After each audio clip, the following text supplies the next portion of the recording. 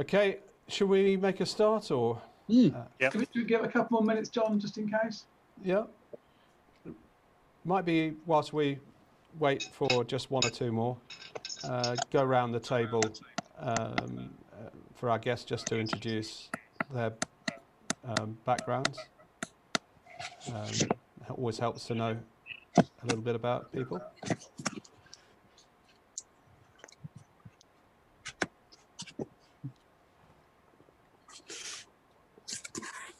Yeah, carry on. Shall I start? Okay. Yes, David. Okay, right. I'm Dave Adkin. I live in Suffolk.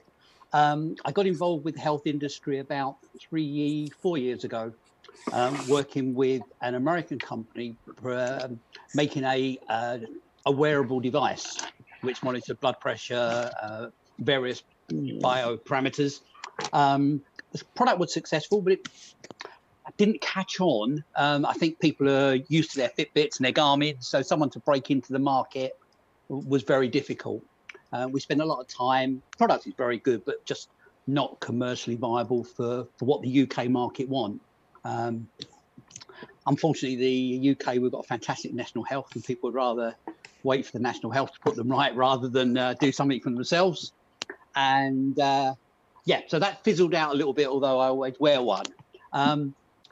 I was wearing my band. I saw my blood pressure was going up. I saw my heart rate was going up. My blood oxygens were going down. I was getting tired, getting out of breath, although I still did my boot camp.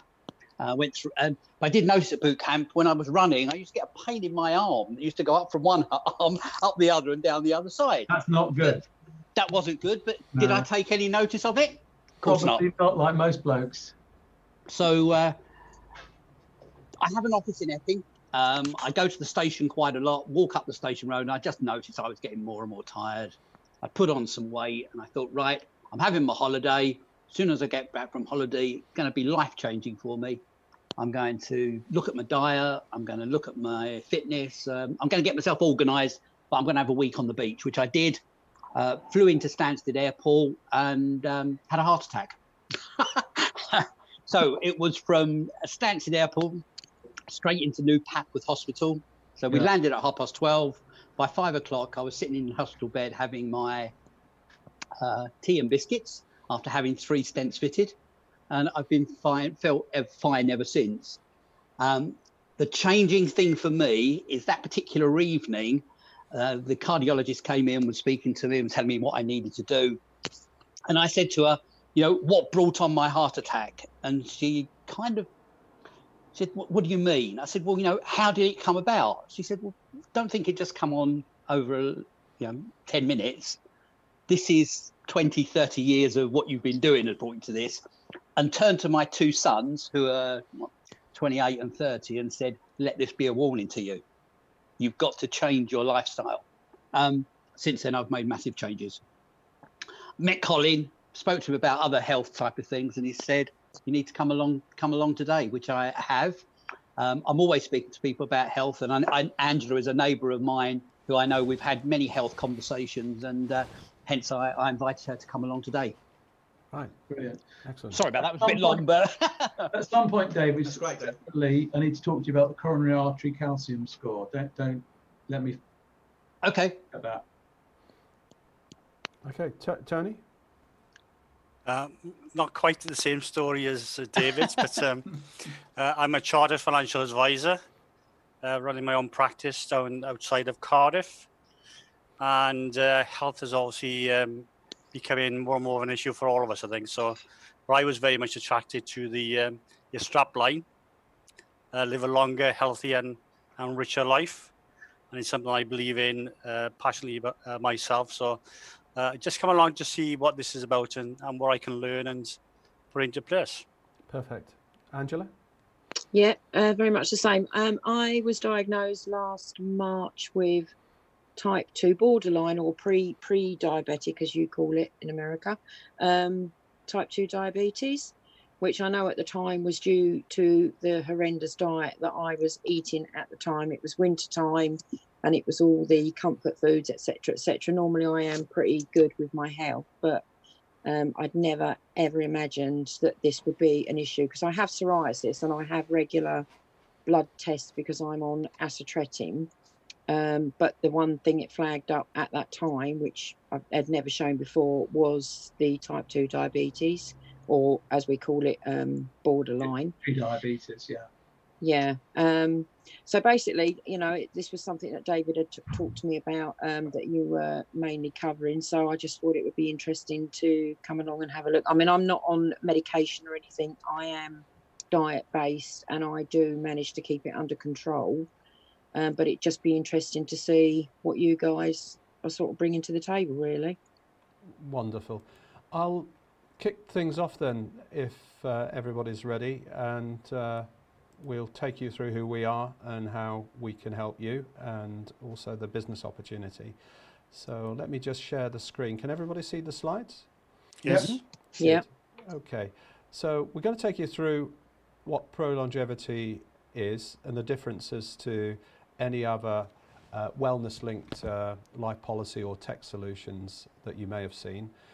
Talk you through some recent case studies, and then the service and cost options. It's a very simple service when you get to understand it, and a very easy way for you to get on board no matter what affiliations you have. This should fit and dovetail and complement, and a very easy commercial process and support, which the man in charge of all life assurance and commercial development is Colin. My background, you've got our sort of backgrounds here. So I'm involved in marketing management for ProLongevity.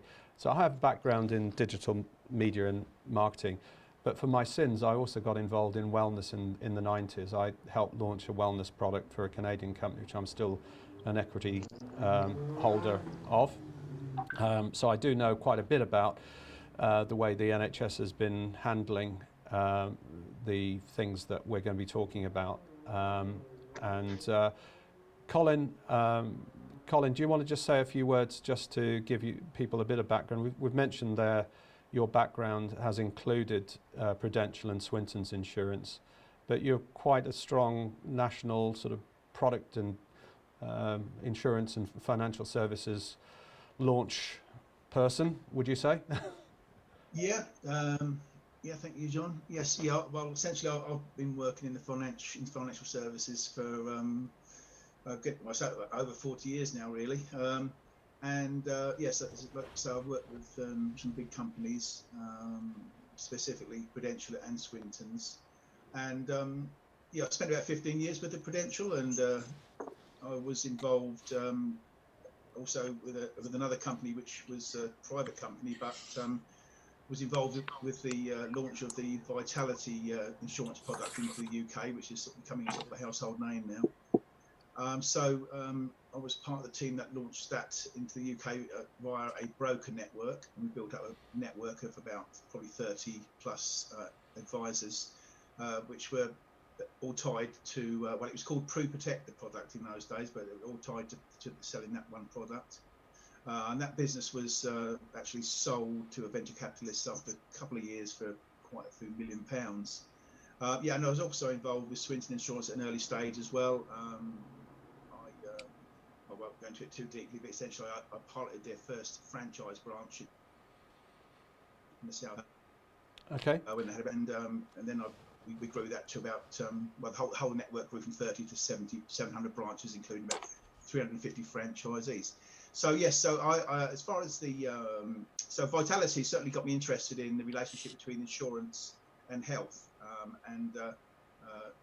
Vitality were one of the first companies to really engage with the health and wellness side of it, which was basically on the back of critical illness cover and the research done by the original people in South Africa who come out with the product originally, and that was sponsored by a guy called Barnard, who did the first heart operation. So it goes sort of goes back a few years to the start of this sort of thing. So I've joined ProLongevity Life because initially I got to that sort of age myself where I'm starting to think about my health, and I've known John for a while now, and John was and telling me about what his experience with ProLongevity Life this year. Yeah, to cut long story short, I was offered the position to take on the national sales manager role to help launch the product into the sort of financial services sector in the UK.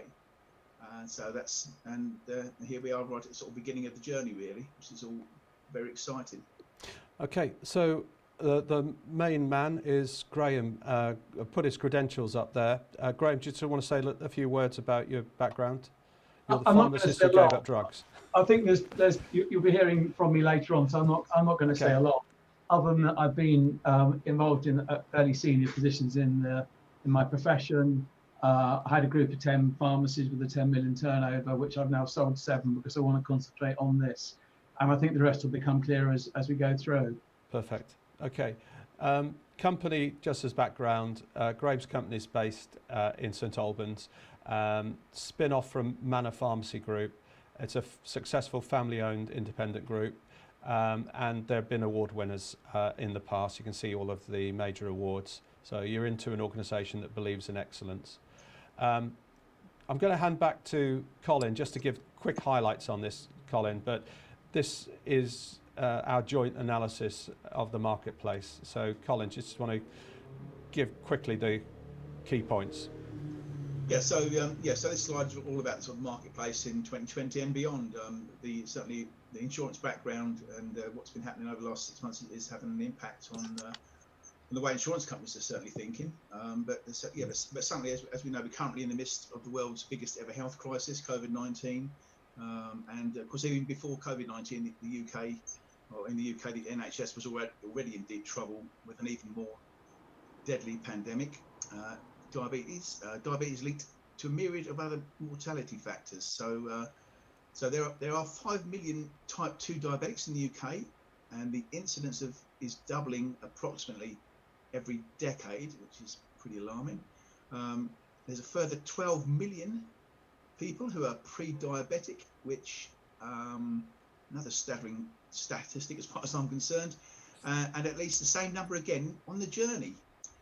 So all diabetes-linked factors such as high blood pressure and obesity proven to greatly increase the COVID mortality rates. And essentially, the major insurers have announced that COVID-19 has decreased their appetite for risk. They are looking and underwriting risks with the COVID-19 in the background now, and clients have been shocked into the need to review their own health risks and all corporate and family dependencies as well. So so a major impact. Yeah, there's just a couple of the examples of the headlines. Delaying cover, and double threat. Yeah. Right, so I'm going to hand over to Graham just to take us through the service now. So Graham, do you want to say a few words? Can everyone hear me okay? Yes. Yeah. Yeah. So I'm not here knocking. I've worked in the NHS all my life. My partner's a GP. So I'm not knocking the NHS, but in the NHS, well, a couple of points. Health professionals have no training in sleep, exercise, or nutrition. What we're trained in is the identification of symptoms and the treatment of those symptoms. And so my training would lead me to treat blood pressure with blood pressure tablets, and diabetes with diabetes tablets, and cancer with cancer tablets, assuming we're not talking about surgery. And as the video will show a bit later on, I got frustrated because we're spooning tablets into people and we're actually treating symptoms. We're not actually treating root cause. So I went back 35 years to all the basic science, immunology, microbiology, biochemistry, the Krebs cycle and everything else that I'd learned and forgotten, and came to the conclusion that we know, all of us know, that there's a cluster of diseases which we call metabolic syndrome. Pre-diabetes, diabetes goes together with hypertension. Some people are now calling dementia type 3 diabetes. We know these things are all come together as a cluster, but we treat them independently and individually. And we're not really treating them with suppressing symptoms, because if you stop taking the medication, the problem comes back. And I reached the conclusion that a single root cause is the root cause of all these problems, and that the vast majority of the what we call non-communicable disease. So communicable disease is what you can catch from each other, and COVID is very much top of mind at the moment. Non-communicable disease you can't catch. So you can't catch cancer from each other or diabetes. They all come as a cluster, and there was a root cause. And basically a diet high in sugar, carbs and processed food combined with lack of sleep and not really understanding about exercise, all between them conspire to raise your blood glucose. And because at any one time your bloodstream is only designed to have one single spoonful of sugar in it, to give you, so that's one spoonful in sugar of 1 spoonful of sugar in 8 pints of blood. If you've got 2 spoonfuls of sugar in your entire bloodstream, you're type 2 diabetic. So that difference of 1 sugar lump in the entire bloodstream is the difference between diabetic and not. And sugar in the bloodstream is toxic, and every time you raise your blood sugar, you raise your insulin. Keep raising your blood sugar, you keep raising your insulin, and this is what we term hyperinsulinemia, which is a permanently raised insulin in response to your lifestyle. And it's that drives the problem. And in the NHS, we look at the sugar, but we don't look at the insulin, which is the root cause.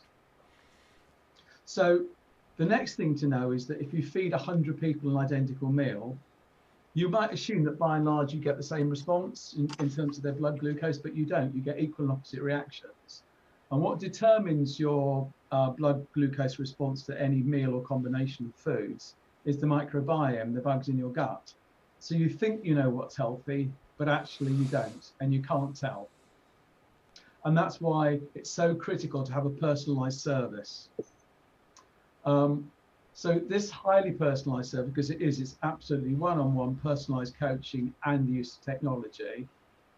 So we continually monitor the blood glucose with a CGM device. You might have noticed that Theresa May wears one. She was actually an adult onset type 1 diabetic, that little disc in the arm. So you put the disc on your arm, you zap it with the phone, just like when you pay with your credit card. The app on the phone then uploads it to a server, and that gives you real-time information about how your body's responding, which is conveyed to me, and that's the basis of the service. And we've seen quite astonishing results, and we've got a couple of examples later on. But it's this, so go back, yeah. So it's the fact that you can see in real time what's going on, combined with my coaching. So one of you was talking about Fitbits. Well, all I can say is Fitbit have delivered 100 million devices in the last 10 years, during which time everyone's got less healthy, right? And everyone's got a blood pressure monitor at home. If blood pressure monitoring and Fitbits were on their own going to solve the world's problems, they'd have done it by now. And actually over the last decade, worldwide, not only has health got worse, but life expectancy is now going backwards. So this is about a lifestyle and not a diet. Next slide. So we provide an initial consultation, and we look at a variety of measures. So again, personalized. So what does the person want out of it, right? It might be, I want to prevent my diabetes worsening. It might be I've got hypertension. It might be that I don't want my pre-diabetes to go any further. It might be I want to come off my blood pressure tablets. It might be I can't lose weight. It might be I've got polycystic ovarian syndrome and I can't get pregnant. So there are many, many factors at play here. We started off with an initial 8-week program. We got some fantastic results, and over time we've understood that clients want more hand-holding over a longer period of time. So we've now extended that service into a 6-month and a 12 months option with optional extensions at the end. My strongest advocates, you will see we've had a lot of health professionals through the service. My strongest advocates are the people who've done the service themselves, and that's why I'm very keen that anyone that sells the service has experienced it, as John has, and John can talk about his own journey maybe a bit later on. As a matter of absolute principle, post-assessment, we work with the GP and or hospital consultant. I never want to be in the position where I'm giving conflicting advice and I've got a confused and demoralized patient. always work with the medical team. And after the initial 2 weeks, generally within 6 weeks, we can produce massive changes, including essentially making people are able to reverse their pre-diabetes and diabetes, or put it into remission. And the blood glucose monitoring is the key aspect, but we look at all the other biometric data that the GP would routinely do, your lipid profile, your HbA1c, which is a measure of your long-term blood glucose, various liver function tests. To be honest, most GPs don't really understand how to interpret these tests and aren't necessarily trained in commissioning the right tests. So I very often find myself saying to the client, please go back to the GP, ask them for this specific set of tests, and I can interpret them for you. Ultimately, on my own, I can probably help 1,000 people a year.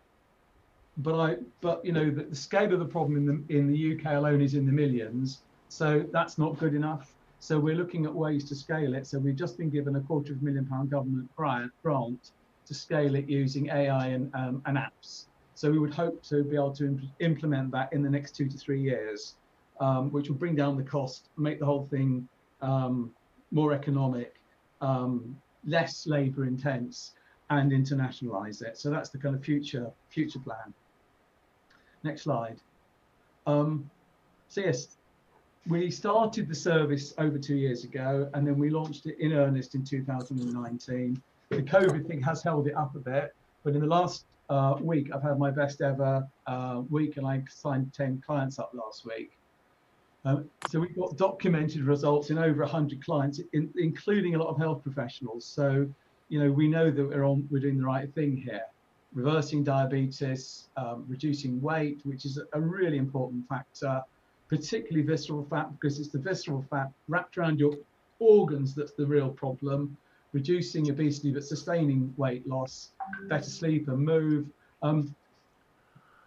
Myself, it's been a journey. So when I was a kid, I was the fat kid in the class, right? Now every kid in class is fat. And the fatter I got, the hungrier I got. And even though you've got thousands of spare calories, because they're locked away by the insulin that's continually being spiked, you get fatter and fatter, but you also get hungrier and hungrier. And I call it the tyranny of food. And now most weekdays I eat 1 meal a day and I'm not hungry, and that keeps me absolutely fine.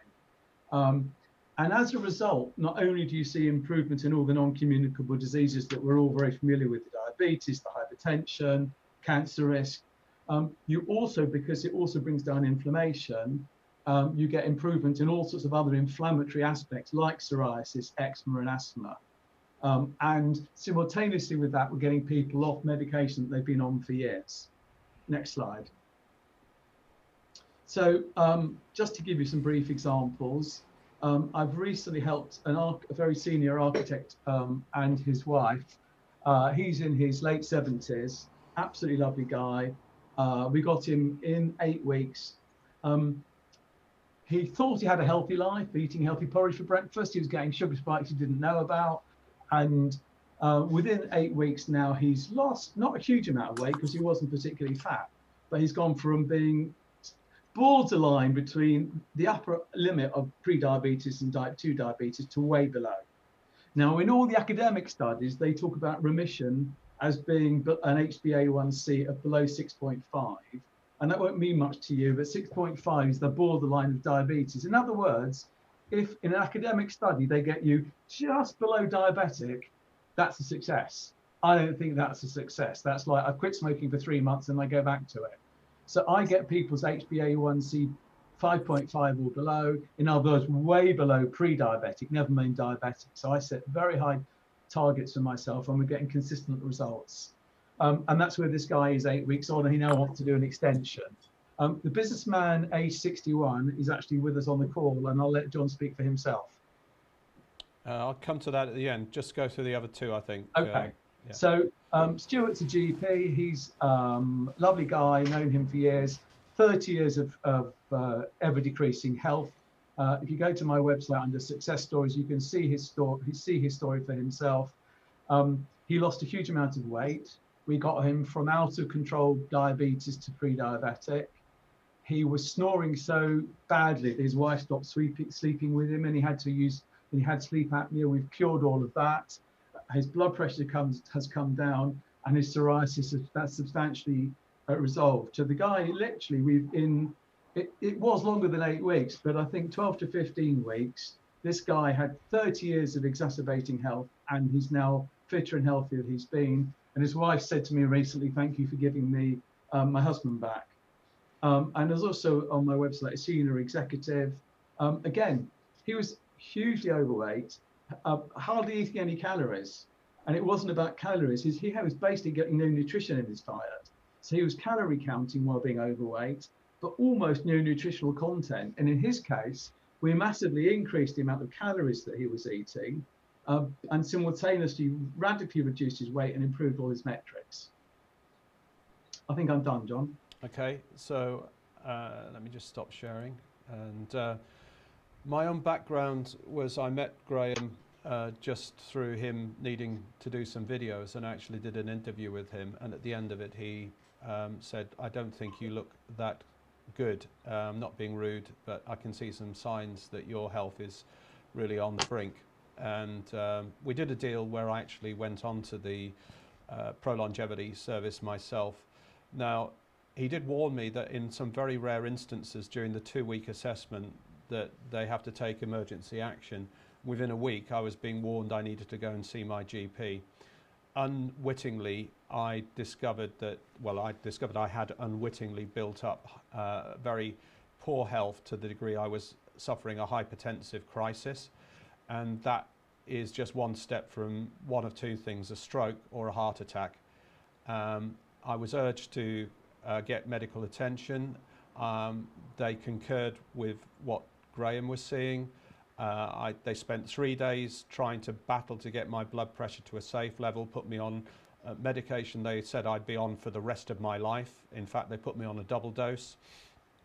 Within 6 weeks, I had made quite a stunning, it was like the beginnings of a body transplant, and I've been on it now for nearly half a year. Just to give you a few of the readings, I've lost about 8 inches off my waist. I've got a visceral fat count of 13. 12 is considered healthy for a man of my age and height and weight. Before it was 20. So I moved from 20 down to 13. So I'm just one notch away from healthy visceral fat.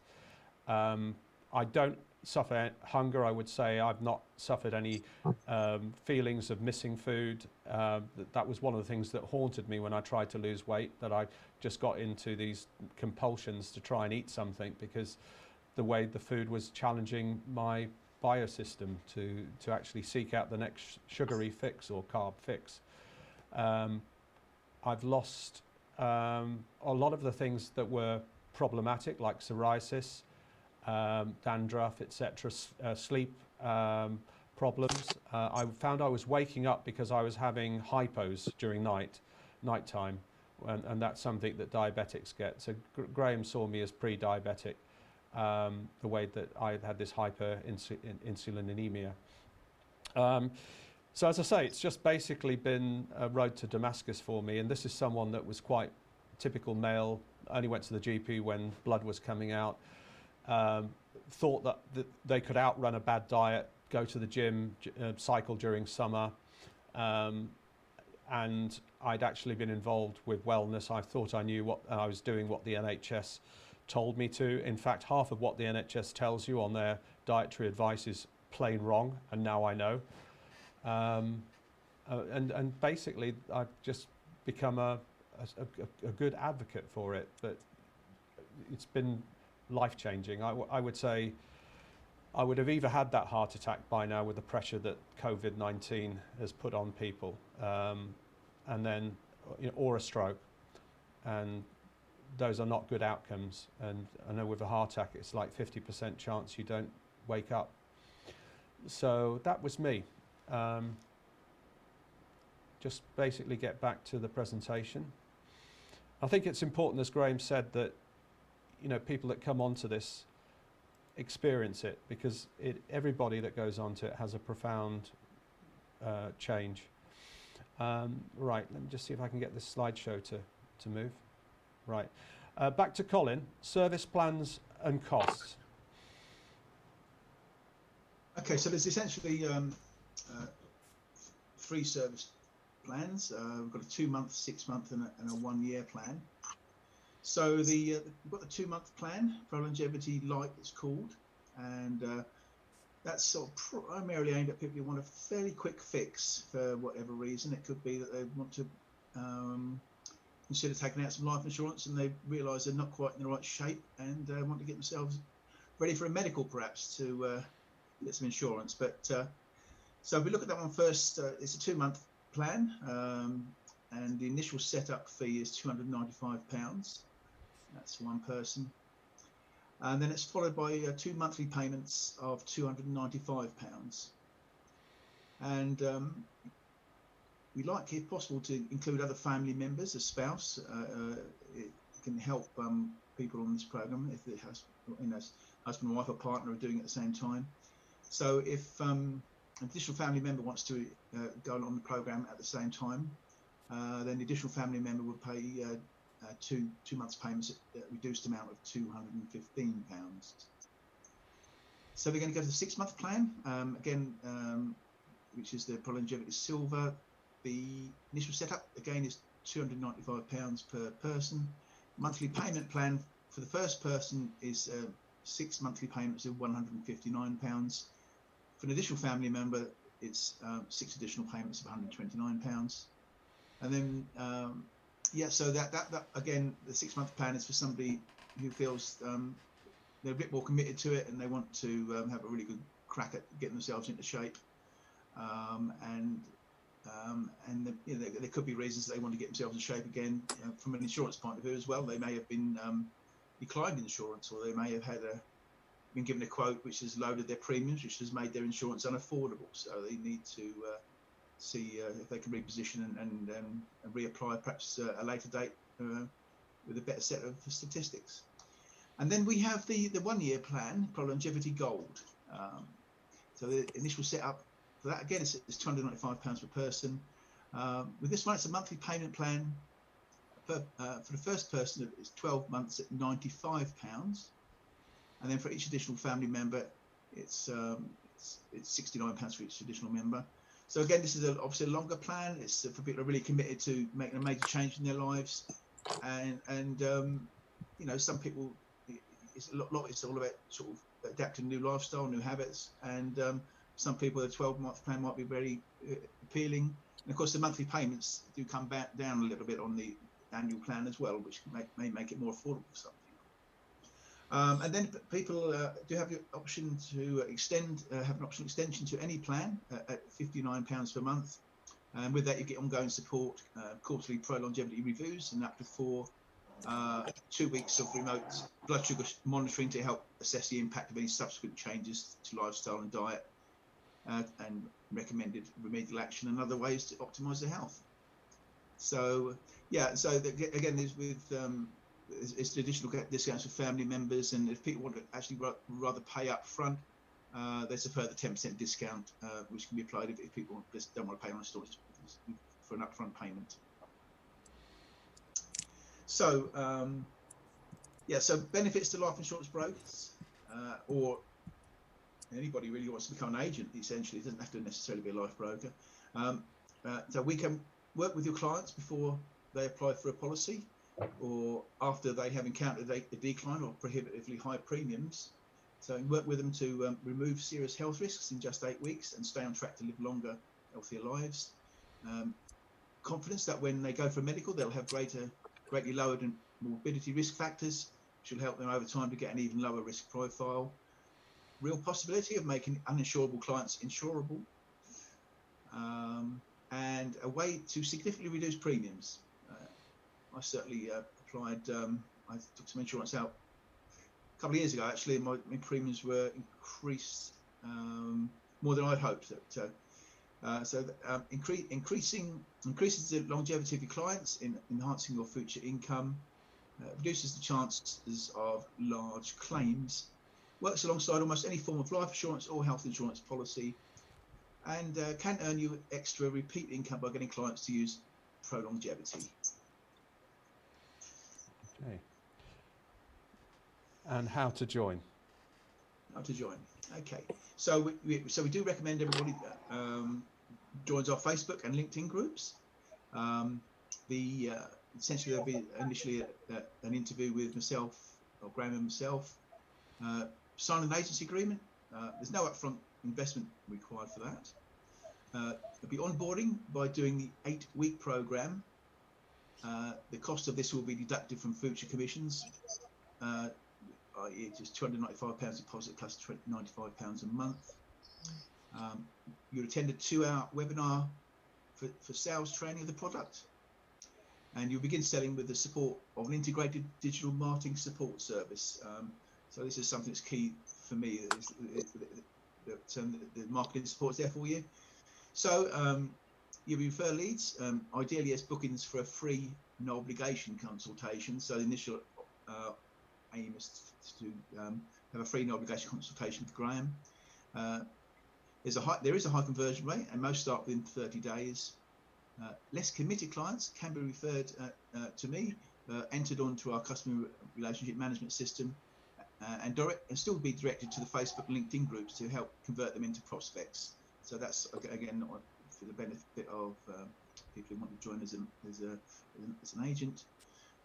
Payment terms are linked to when we get paid, and recurring revenues and extension sales will be credited. Thanks, Colin. I think it's just fair to say that we've got a good head of wind, and we have already put into place some big campaigns. The particularly powerful one that's just started this week is with Miss England, who is a medical doctor. She has come on board with her mother. So I'd urge you to take a look at her video blogs. She's done the very first one. We think that, for example, the targeting will open up a lot of Asian customers. So there are a lot of very significant issues with Asian health.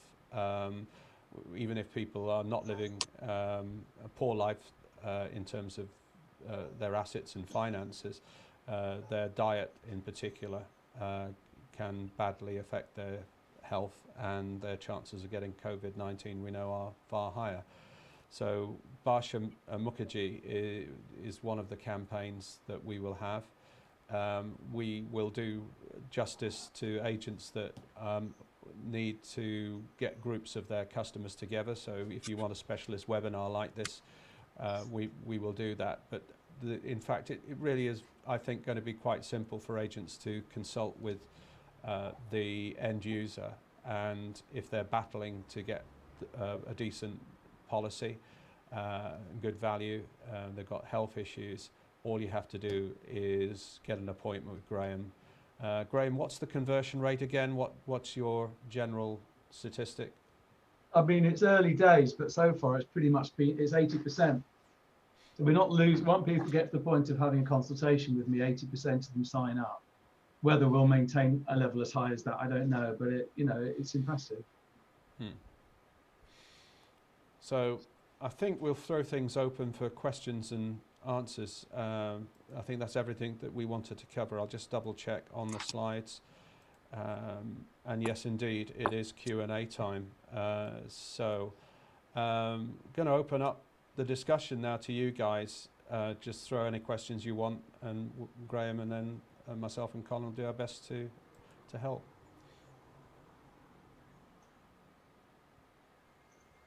You're on mute, David. I haven't got any questions about the service at all. I think you find the pricing, although you can justify it, everything, I think it may put some people off to start with, unless it's got to be something that's sold to them. They've really got to want to do it.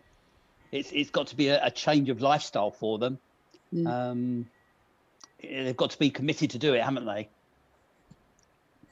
And whether the life insurance industry is that catalyst to make that change might be a good way.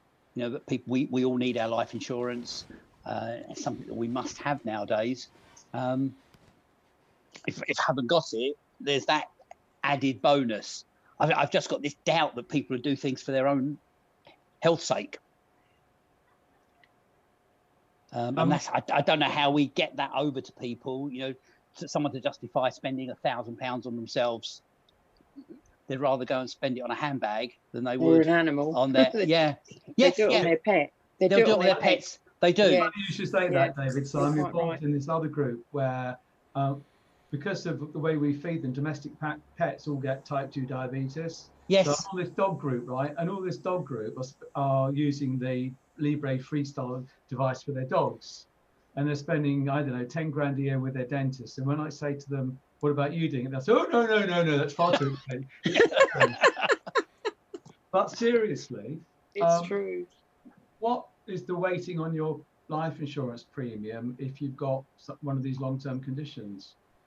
I mean, you could save the money, couldn't you? Well, not being in the life insurance industry, I don't know. So the other question is, you know, potentially this can add 10 to 15 vital, healthy years of life. That's what the evidence. I think that's the big sell. How much is that worth? It's worth everything, isn't it? You know, I heard someone said the other day, if you how much would you pay to have a day with one of your loved ones that's no longer with you? There's no money involved, is there? It's but Graham, can I sorry, David, can I just ask about the monitor? You know, the monitor that fixes to your arm? Yeah. Is that, because I know it has to be there for X number for the data to go down to your app and everything. So is that something that you're totally relying on throughout your whole journey forever? Or is that monitor just something that's in place for a set time until you've got a pattern worked out? So not one of my clients has needed it permanently. Once we trust it. So for example, if you do the 8-week course, you get the device for 8 weeks. If you do the 6 months course, you get the device at 8 weeks, and then 2 weeks at the end of month 3 and 2 weeks at the end of month 6 to keep you on track. Right, and it's quite comfortable to wear. It's not sort of invasive. It's available on the NHS for kids with type 1 diabetes who keep falling over and ending up in an ambulance and blue lighted to hospital. Which destroys their own health, but also costs the NHS a fortune.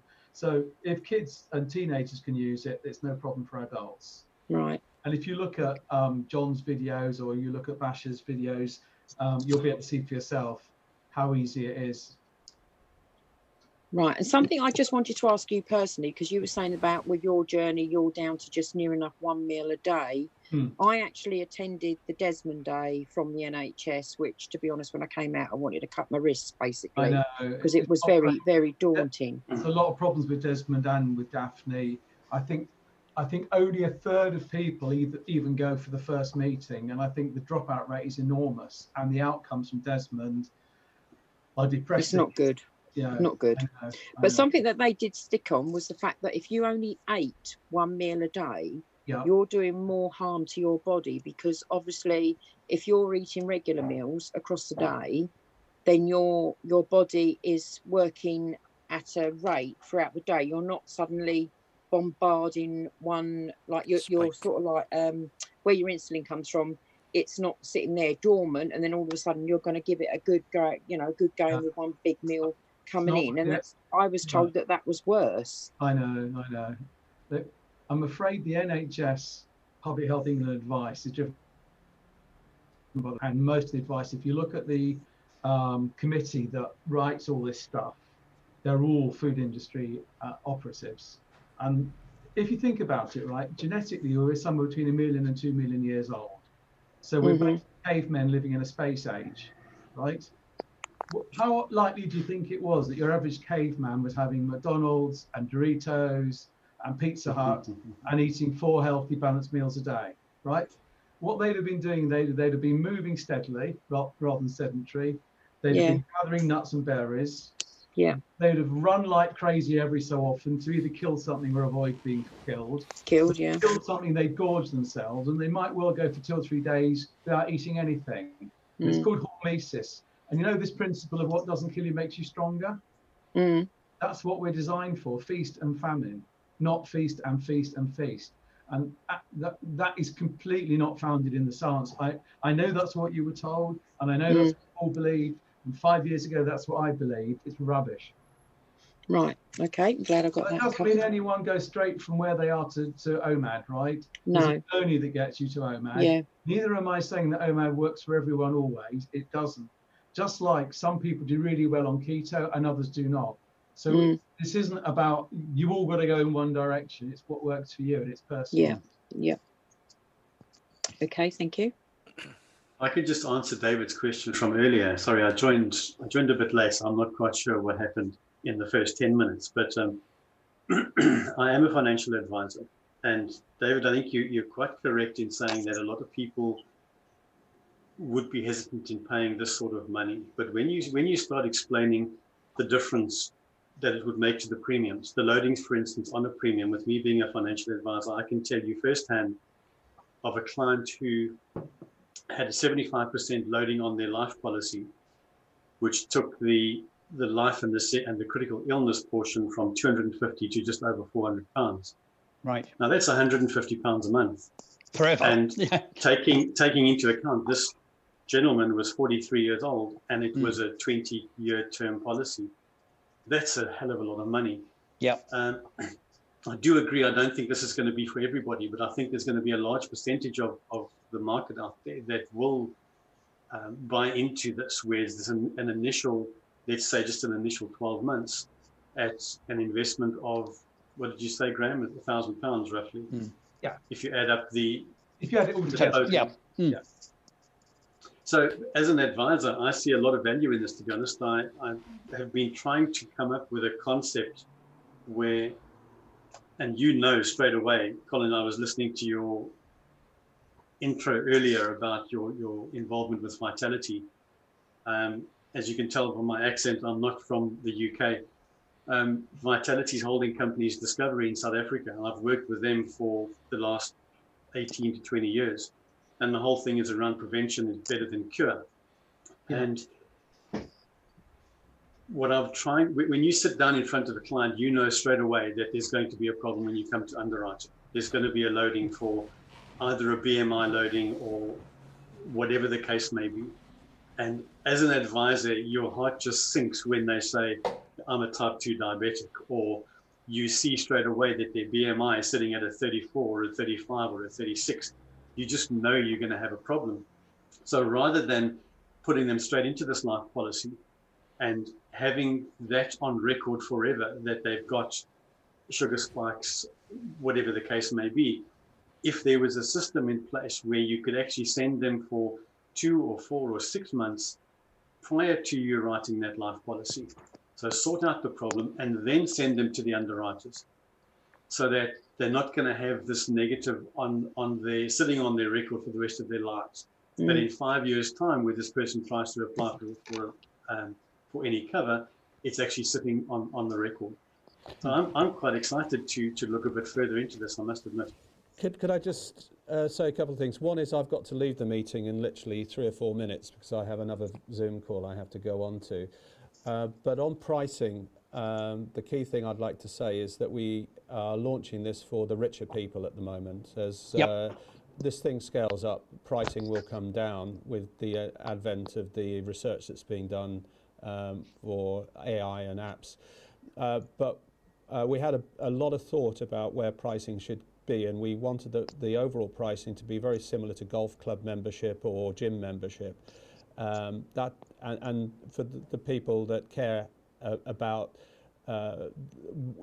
making a lot of money, but also spending it and enjoying it. The people who want to be Bernie Ecclestone, fathering children at the age of 80, 83, 84.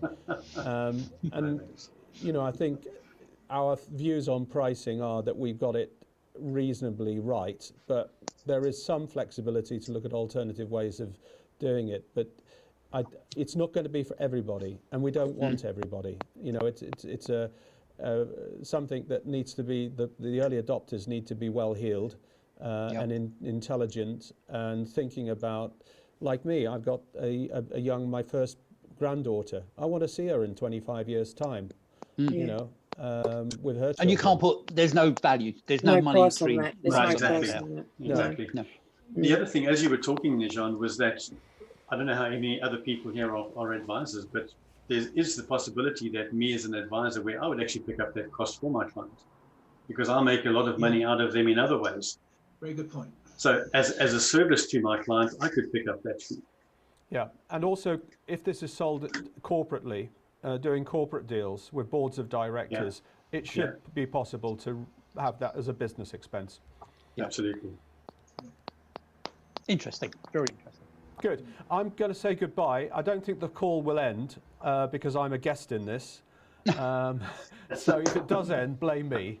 Blame you either way, John. Okay, I'm leaving in the capable hands of Graham and Colin. So thanks Lovely. very much for joining. Thank you for your time, John. Thank you. Cheers. Good job. Bye. Bye.